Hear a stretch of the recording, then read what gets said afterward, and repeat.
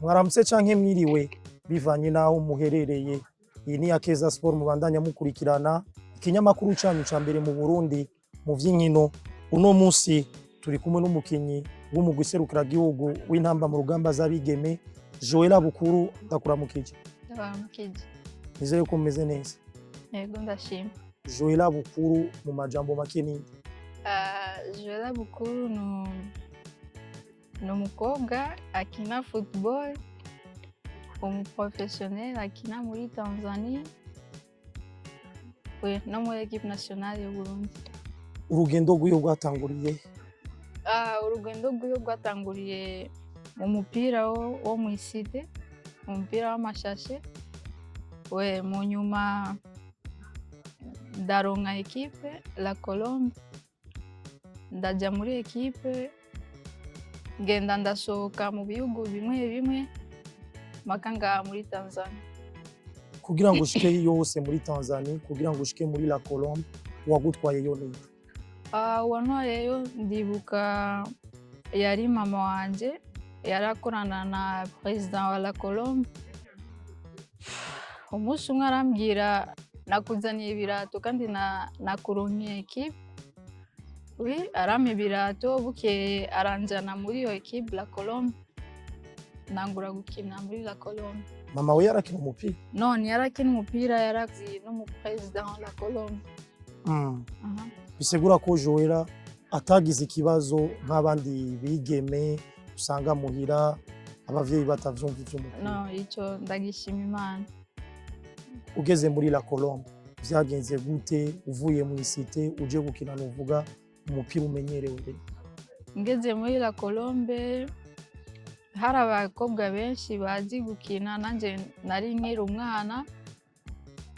Hari deuxième division ya La Colombe, donc barambwira we ntushobora gukina ngaha kubera uracyari umwana kandi hari abantu benshi bagusumba umupira.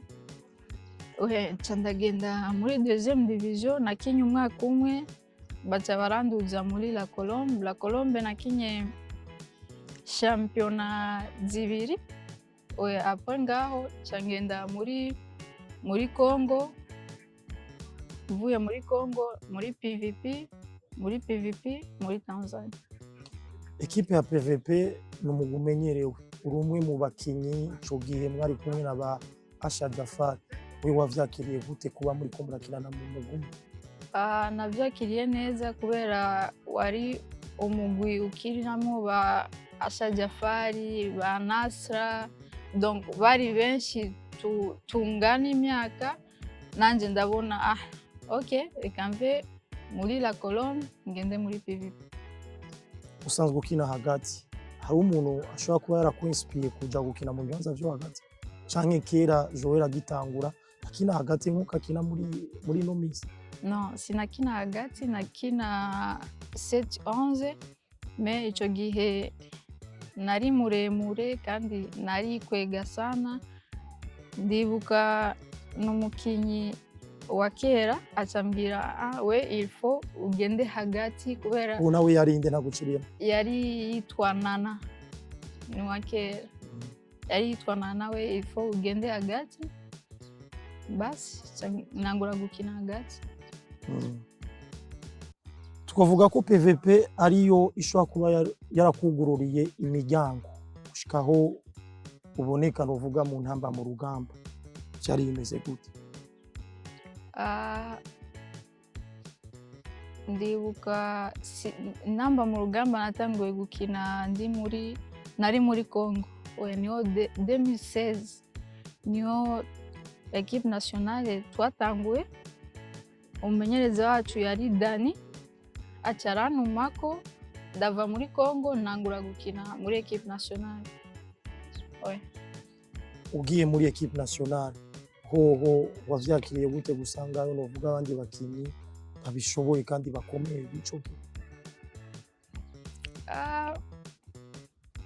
Naremeye kwanza, ndacyari muto, donc il faut ndabe abo abakina hagati ico bansumvya nanje ico nshobora gukora. Basi ugiye muri Simba Queens uvuye mu Burundi bo muri Simba Queens wagiyeyo gute? Muri Simba Queens ndibuka twari muri equipe nationale bien sûr Igitega. Hari n'umukapiteni wacu muri Simba niwe yambonye aramubwira umumanager wa Simba Queens hari umukinnyi yitwa Joel akina hagati tumutore yodufasha. Tuvuye muri Igitega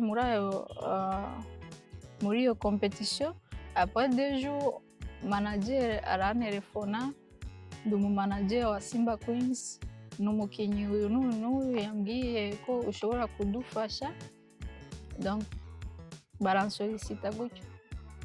Donc ico gihe ndibukana Asha Jafari yari yamaze gusinya muri Simba Queens, so ndagenda gusinya gutyo.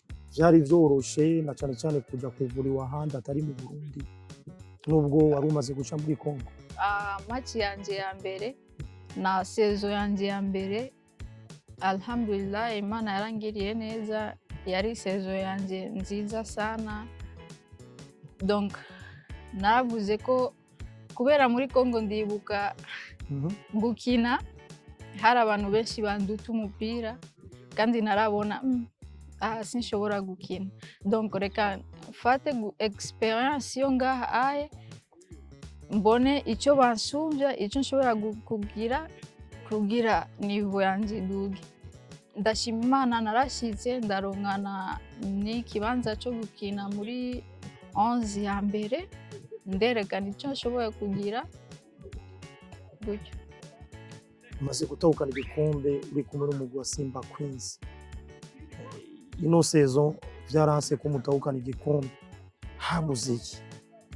Nibaze ko Imana niyakunze ko tugitwara kubera badusumbije, twasumbanije igori rimwe gusa. Vyaravuzwe ko Fontaine Geita ishobora kukugura, vyafiriye canke n'amakuru gusa yavuzwe gutyo? No, ivyo bintu vyari bihari, mais uraraba ahambuziki hariya ngiye gukurikira iki. Donc nabonye ivyo ndonka muri Simba hariya aye ni bikeyi, ndaguma muri Simba Queens. Ibivugwa ko Simba Queens ishobora kukurekura uno mwaka ukaja guhiga ahandi, vyo bari bihuha canke ayo makuru nawe woba uyafise nk'umukinnyi wa Simba Queens? Nibaza turindire turabe ko ari ivyo. Tuje mu ntamba mu rugamba, umaze guhamagagwa inshuro nyinshi cyane. Muri izo nshuro nyinshi cyane warafashije intamba mu rugamba, harimo inkino za Sekafa, harimo n'inkino izi za Afrika. Niye selection wewe ubwawe yakuryoheye ati ndi mu bihe vyiza ajowera gukura? 2019 twakinye Sekafa, yari selection nziza, twari twamaze kumenya icyo dushaka, donc twaricaye n'abakinnyi turavugana. Imyaka yose Sekafa twama tuba abanyuma, kwapa tudashobora gukina natwe twerekana icyo dushoboye. Turavugana tuvira muri demi finale. Mukinye kandi ubwa mbere muri Maroc, wowe nka Joella Bukuru wavyakiriye gute kuba mugiye? Navyakiriye neza cyane kubera Uburundi baratugaya abakobwa, ntibari bazi ko dushobora gushika kure, donc navyakiriye neza kandi twarakoze ivyo dushoboye. Uravye muherutse gukuramwo igihugu nka Ethiopia, mukaba mugiye kuzotana mu mitwe na Algeria, mubona tuzoba dusubira muri ka? Kubera ubu inamba abakinnyi b'abakobwa ubu dufise aba professionnel benshi kandi twese ubu twarakuze mu mitwe, donc ubu kira muntu wese ashaka kwerekana icyo afise kandi ubu amanivo yaraduze. netukiri bajya bakera donc ndibaza turashobora gusubira kandi muri CAN inshallah.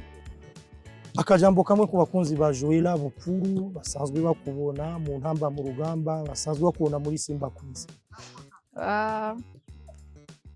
Ndashima Imana mfise abafana benshi, ndabakunda kandi mukomeze kunsengera shike kure cyane nk'abandi bakobwa muri Europe, birashoboka.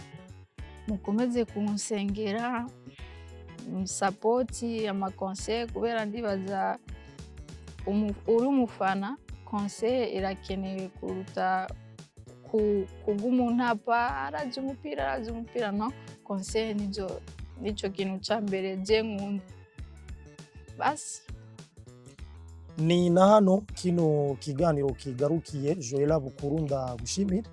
Merci. Murakoze cyane. Murakoze. Shimire namwe mwagikurikiranye, Imana ibahezagire. Murakoze.